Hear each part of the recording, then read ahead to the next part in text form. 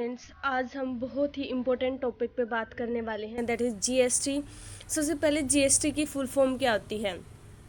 ठीक है, तो जीएसटी हमारा होता है गुड्स एंड सर्विसेज टैक्स। पहले हम इसका बेसिक पढ़ेंगे, उसके बाद हम पढ़ेंगे कि अब 2020 में इसके अंदर क्या क्या चेंजेस आए एंड और भी जो भी इसके इम्पोर्टेंट टॉपिक्स हैं, इम्पोर्टेंट पॉइंट्स हैं, वो सारे हम इसके अंदर पढ़ने वाले हैं।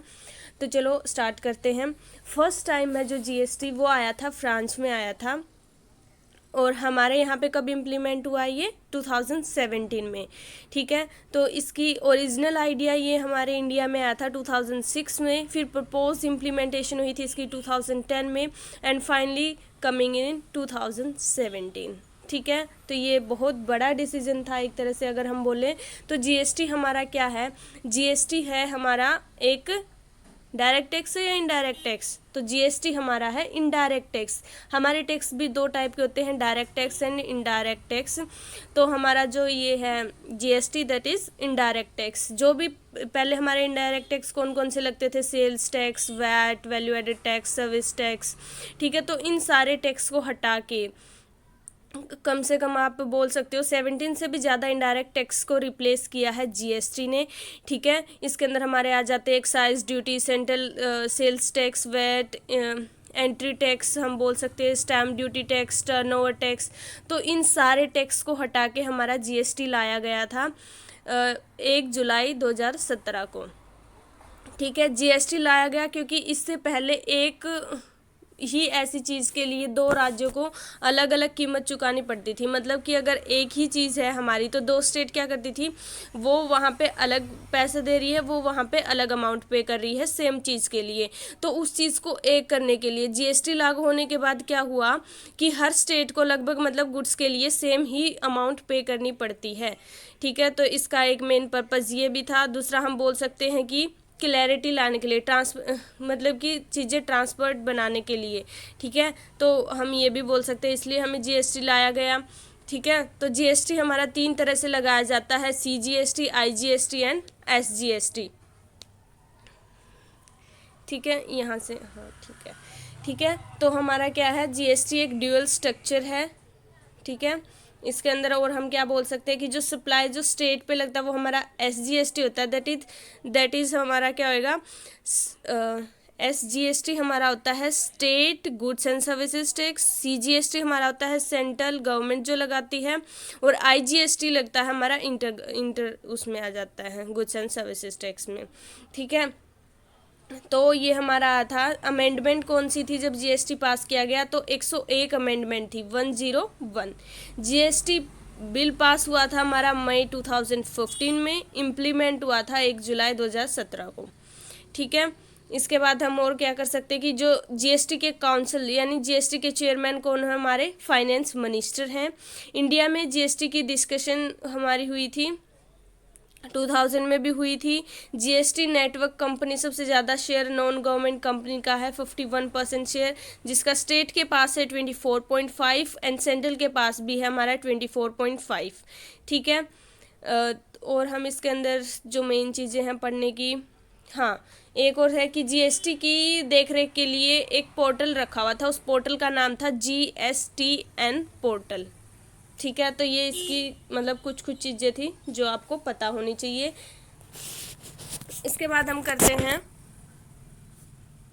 कि जीएसटी हमारा लगता है अगर हमारी सेल होती है with in the same state. ठीक है, वहाँ पे हमारा लगता है सीजीएसटी एंड एसजीएसटी। अगर हमारी होती है इंटर स्टेट में सेल तो हमारा लगता है आईजीएसटी। जैसे हम क्या कर रहे हैं, sales within same state, like Haryana में है, हरियाणा में ही परचेस हो रही है, हरियाणा में ही सेल हो रही है, तो वहाँ पे हम क्या बोलेंगे कि मतलब सेम स्टेट में सेल हो रही है तो क्या होगा कि हमारा सीजीएसटी और एसजीएसटी लगेगा। जो सीजीएसटी लगेगा वो 9% लगेगा, एसजीएसटी लगेगा 9%, टोटल हमारा होगा 18%। लेकिन यदि हम मान लें कि हमारा जो गुड्स एंड सर्विसेज है वो बाहर जा रही है, एक स्टेट से दूसरी स्टेट पर बेचा जा रहा है सामान, ठीक है, तो वहाँ पे सीधा हमारा आईजीएसटी लगता है, दैट इज़ 18% रेट। ठीक है, तो ये होता है हमारे जो टाइप्स आ जाते हैं जीएसटी के अंदर, सीजीएसटी, एसजीएसटी एंड आईजीएसटी, और ये इनके अंदर डिफरेंस होता है। फिर है हमारे direct tax and indirect tax. Direct tax हमारे कौन से होते हैं, लाइक इनकम टैक्स हो गया, वेल्थ टैक्स हो गया, जो डायरेक्ट हमारी इनकम पर लगते हैं। इनडायरेक्ट टैक्स हमारा क्या हो गया, CGST हो गया, ये हमारा क्या है,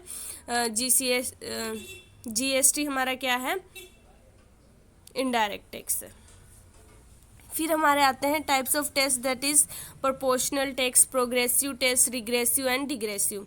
तो प्रोपोर्शनल टैक्स का मतलब क्या होता है, rate of tax does not change with the change in income, की इनकम जैसे जैसे चेंज हो रही है उसका रेट ऑफ टैक्स पे कोई फर्क नहीं पड़ रहा, चाहे आपकी इनकम जितनी मर्जी हो, सिर्फ टैक्स सबके लिए सेम है। प्रोग्रेसिव टैक्स हमारा क्या होता है, tax of rate of tax increase with increase income, जैसे जैसे आपकी इनकम इंक्रीज हो रही है वैसे वैसे टैक्स रेट भी इंक्रीज हो रहा है। रिग्रेसिव टैक्स हमारा कौन सा आता है, rate of tax decrease with increase in income, जैसे जैसे इनकम इंक्रीज हो रही है रेट ऑफ टैक्स हमारा डिक्रीज हो रहा है। फिर हमारा आता है डिग्रेसिव टैक्स। तो हमारा डिग्रेसिव टैक्स क्या होता है कि ये हमारा दोनों को मिलकर बनता है, that is progressive and proportional income. ठीक है, कि पहले इसमें दो चीज़ें आएंगी, अगर आपकी इनकम कम है तो टैक्स रेट कम लगेगा, जैसे जैसे आपकी इनकम बढ़ती जाएगी टैक्स रेट भी इंक्रीज होता जाएगा। ठीक है, ये प्रोपोर्शनल टैक्स में हमने क्या पढ़ा था कि tax of rate of tax does not change with change in income. फिर हम बात कर लेते हैं TDS की। तो TDS हमारा बेसिकली क्या होता है, TDS की फुल फॉर्म होती है tax deduction at source.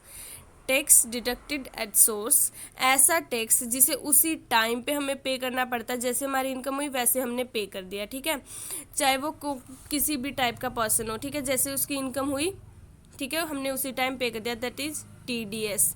TDS कौन सी इनकम पर लगता है, ठीक है, कॉमनली मैं आपको, वैसे तो बहुत सारे हैं पर मेनली चीज़ें बता देती हूँ। लाइक जैसे हमने ले लिया इंटरेस्ट, अमाउंट है हमारी 10,000 से ज़्यादा तो टैक्स रेट हमारा होगा 10%। अगर है कमीशन, तो अगर आपकी इनकम है 5,000 से ज़्यादा तो 5% लगेगा। Rent from plant and machinery आपको मिल रहा है 180,000 से ज़्यादा, ठीक है, तो आपकी होएगा 2%। Rent from land and building की बात करें हम, वहाँ पे आपको 1,80,000 से ज़्यादा अगर आपको इनकम हो रही है तो लगेगा 10%।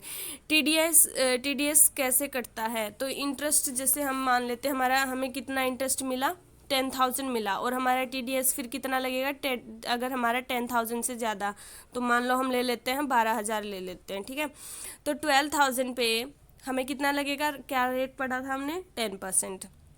तो 12,000 पे TDS 10% हमारा कौन काटेगा, बैंक काटेगा। ठीक है, तो वो बैंक की ड्यूटी है कि वो हमारा क्या करेगी, वो जैसे हमारा इंटरेस्ट होगा वो अपने आप ही 12,000 का 10% 1,200, तो वो क्या करेगी कि बैंक क्या करेगा कि पहले हमारे 1,200 रुपये डिडक्ट करके हमारे पास अमाउंट तो वो आएगी, और जो हमारा TDS कटा 1,200 रुपये का, वो जो बैंक है वही डिपॉजिट कराएगा किसको, गवर्नमेंट को। TDS क्यों काटा जाता है, ठीक है, तो TDS क्यों काटा जाता है, नंबर 1 कि टाइम टू टाइम टैक्स मिलता रहे गवर्नमेंट को, और किसी भी प्रकार की मतलब चोरी वगैरह ना हो टैक्स की। फिर है हमारा TDS रिफंडेबल होता है कि नहीं, ये भी मेन क्वेश्चन रहता है हमारे दिमाग में। तो हाँ, यस, TDS इज़ रिफंडेबल हो। ठीक है, अगर आपके पास मतलब ऐसा क्वेश्चन भी आ जाता है कि TDS इज़ रिफंडेबल और नॉट, ठीक है, तो ये कई बच्चों को पता नहीं होता। If there is a no tax liability in your total net income, like हम मान लें हमारा कि टोटल TDS डिडक्ट हुआ हमारा 7,000, पर हमारी टोटल टैक्स लाइबिलिटी बनी 5,000 की, तो वो 7,000 माइनस 5,000 2,000 हमें रिफंड हो जाता है। ठीक है, अब हम बात कर लेते हैं कि अब 2020 में क्या क्या चेंजेस आए हैं हमारे GST के अंदर। तो इसके अंदर मैं बता दूं आपको, सबसे पहला चेंज आया है स्पेशल इकोनॉमिक जोन और स्पेशल इकोनॉमिक डेवलपर। ठीक है, ये आते हैं सेक्शन 12 एंड 13 के अंडर। ठीक है, इसके अंदर क्या किया है, फॉर्म इसका होता है register 01 in part B serial number 12 and 13 की एंट्रीज में अब पीरियड ऑफ वैलिडिटी भी मांगी जाएगी। लाइक जैसे हम फॉर्म भरते थे पहले, जो स्पेशल इकोनॉमिक जोन है या स्पेशल इकोनॉमिक जोन डेवलपर है, वो फॉर्म भरते थे section 12 and serial number 12 and 13 के अंडर।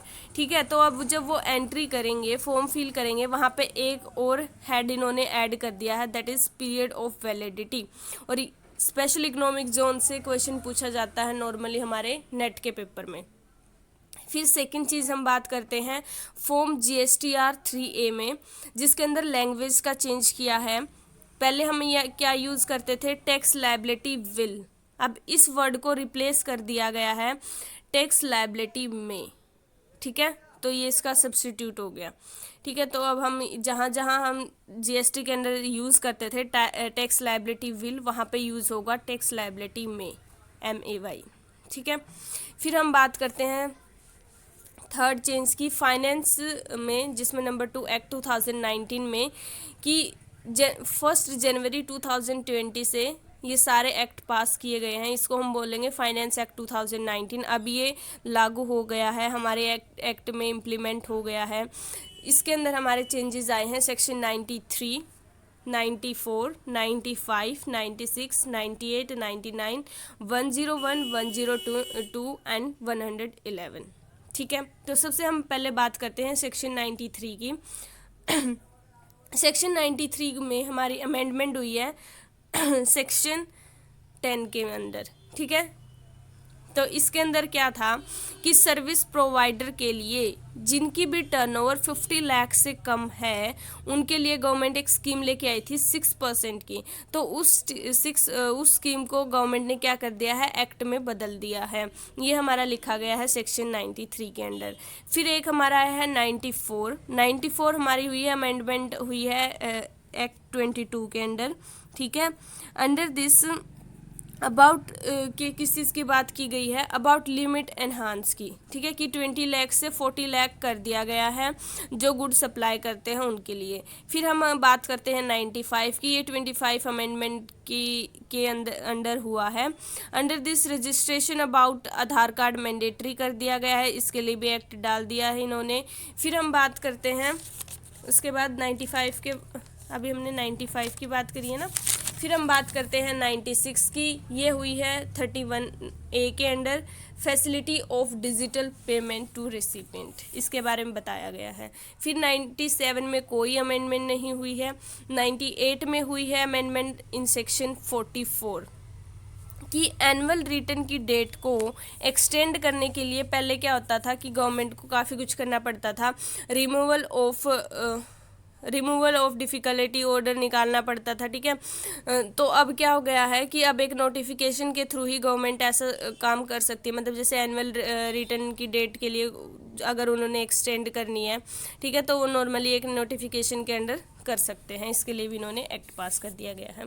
फिर हमारा 99 के अंदर, 99 में हमारी भी अमेंडमेंट इन 49। ठीक है, किसी और हेड में पेमेंट कर दी है आपने गलती से। ठीक है, अगर आपसे कोई भी गलती हो जाती है, किसी और हेड की पेमेंट आपने किसी और हेड के अंदर कर दी है, बट किसी और हेड में करनी थी, आपने किसी और में कर दी। ठीक है, तो ऐसे में क्या कर दिया, आप इसको ठीक कर सकते हैं। एग्जाम्पल है, अगर आपने इंटरेस्ट पे करना था, ठीक है, पेनल्टी पे कर दी, तो मैं पे उसको मतलब दिखा दिया आपने। ठीक है, तो आप क्या कर सकते हो, इन्होंने 99 सेक्शन में एक्ट बना दिया इसे कि आप उसको ईजिली ठीक कर सकते हो अगर आपसे कोई गलती हो जाती है। फिर हम बात करते हैं सेक्शन 102 की, ये 53A जो हमारा न्यू सेक्शन आया, इसमें बात की गई है कि अमाउंट ट्रांसफ़र करने के लिए पूरा मैनर बताया गया है जो गवर्नमेंट ट्रांसफ़र करती है, लाइक सेंट्रल गवर्नमेंट को, स्टेट गवर्नमेंट को। ठीक है, वो कैसे कैसे करनी है, तो ये 102 में बताया गया है। फिर 111 इसमें क्या है, अमेंडमेंट हुई है 168 में सेक्शन में। ठीक है, कि गवर्नमेंट की पावर पे मतलब जैसे जैसे इन्होंने दी गई है कि उसके रिलेटेड है कि गवर्नमेंट की पावर है कि वो इंस्ट्रक्शन दे सकती है ऑफिसर को। ठीक है, जिसमें कुछ प्रोविज़न है। तो ये थी कुछ चेंजेस जो अभी 1 जनवरी 2020 से लागू हुए हैं, ये सारे चेंजेस। ठीक है, अप्लाई हुए हैं हमारे इसमें। Thank you so much guys. ये था हमारा GST का फुल की कैसे कैसे क्या होता है, मतलब बेसिक नॉलेज है, और यहाँ से क्वेश्चन भी पूछे जाते हैं क्या क्या चेंजेस आए हैं। Please subscribe my channel. अगर आपको वीडियो पसंद आई तो प्लीज़ लाइक करना। Thank you so much, have a good day.